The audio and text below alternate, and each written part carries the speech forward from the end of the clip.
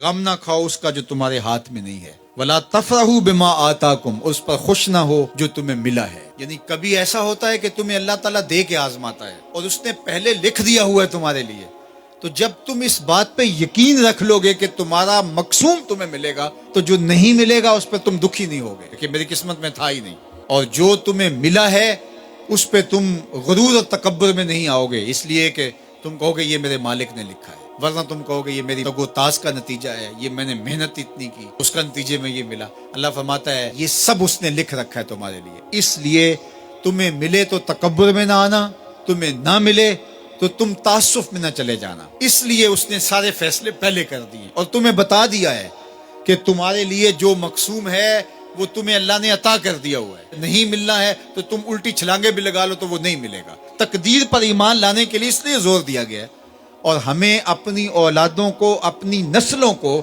یہ چیز راسخ کرنی چاہیے کہ تقدیر پہ ایمان لائیں۔ اگر ہم اس میں کامیاب ہو جاتے ہیں تو وہ پریشان نہیں ہوں گے، دکھی نہیں ہوں گے، ٹینشن میں مبتلا نہیں ہوں گے۔ میں اپنی بات آپ کو 100 مرتبہ بتا چکا ہوں کہ میرے والد نے اس حوالے سے مجھے اتنا زور دیا، اتنی دفعہ کہا کہ اللہ نے تو جو کتوں کا لکھا ہے اس کو بھی ملتا ہے، تم تو پھر انسان ہو، اور جو قسمت میں لکھا ہے وہ مل کے رہے گا۔ اللہ اکبر۔ ہاں، ہمیں محنت کرنے کا کہا گیا، ہمیں تگ و تاز کرنے کا کہا، جد و جہد کا کہا گیا۔ شیخ سعدی فرماتے ہیں کہ ایک بندہ جا رہا تھا تو اس نے دیکھا کہ ایک شیر شکار کر رہا ہے، تو وہ ایک سمت ہو کے بیٹھ گیا۔ ایک لومڑی تھی جس کے پاؤں بھی نہیں تھے، ہاتھ بھی نہیں تھے، تو دل میں سوچا کہ مالک تو اس کو کیسے رزق دیتا ہوگا۔ تو شیر آیا، اس نے شکار کیا اور اچھا اچھا کھا لیا اور پس خوردہ چھوڑ کے چلا گیا۔ یہ رینگتی ہوئی آگے بڑھی اور وہ جو پس خوردہ تھا وہ چھچڑے وغیرہ تھے، کھا کے پیٹ بھر لیا۔ کہا کہ مالک تیری قدرتوں کے رنگ ہیں، تو نے اس کا بھی وسیلہ بنایا ہے۔ تو وہ کسی کام پہ جا رہا تھا، کاروبار کرنے جا رہا تھا، اس نے کہا مجھے کیا مصیبت ہے، جب لومڑی کو دیتا ہے تو مجھے نہیں دے گا۔ تو وہ آ کے بیٹھ گیا، گھر آ کے بیٹھ گیا کہ میں نہیں جو ہے وہ کہیں جاتا۔ ایک دن، 2 دن، 4 دن فاقوں سے گزرا، تو پھر ہاتف سے آواز آئی کہ جو لومڑی کو دے سکتا ہے تجھے بھی دے سکتا ہے، لیکن لومڑی نہ بنو، شیر بنو، خود بھی کھاؤ اور اوروں کے لیے بھی وسیلہ بنو۔ ہمیں ترغیب دی گئی ہے، باقی جو ہمارے مقدر کا ہے وہ ہمیں ملے گا، ہر صورت میں ملے گا۔ تو اپنی نسلوں کے سینوں میں یہ چیز راسخ کرو، اور یہ راسخ تبھی ہوگی ہمارے سینے میں راسخ ہوگی۔ تو اللہ فرماتا ہے ہم کسی کو زیادہ دیتے ہیں، کسی کو تھوڑا دیتے ہیں، جو تمہارے مقدر میں تمہیں ملتا ہے، جو نہیں ہے نہیں ملتا، اور ہم نے پہلے لکھ دیا ہے۔ کیوں لکھ دیا ہے؟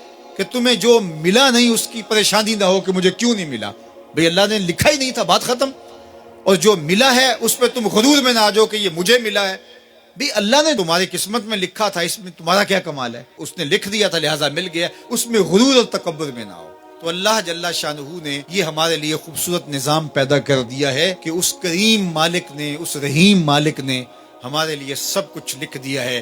تو جو ملے اس پر اللہ کا شکر ہے، جو نہ ملے مالک تیری تقسیم ہے، اس پہ بھی راضی ہے۔ مل گیا تو واہ واہ، نہ ملا تو پھر بھی واہ واہ، کوئی بات نہیں، مالک تیری کرم نوازی ہے، جس حال میں ہمیں رکھے اس حال میں ہم خوش ہیں۔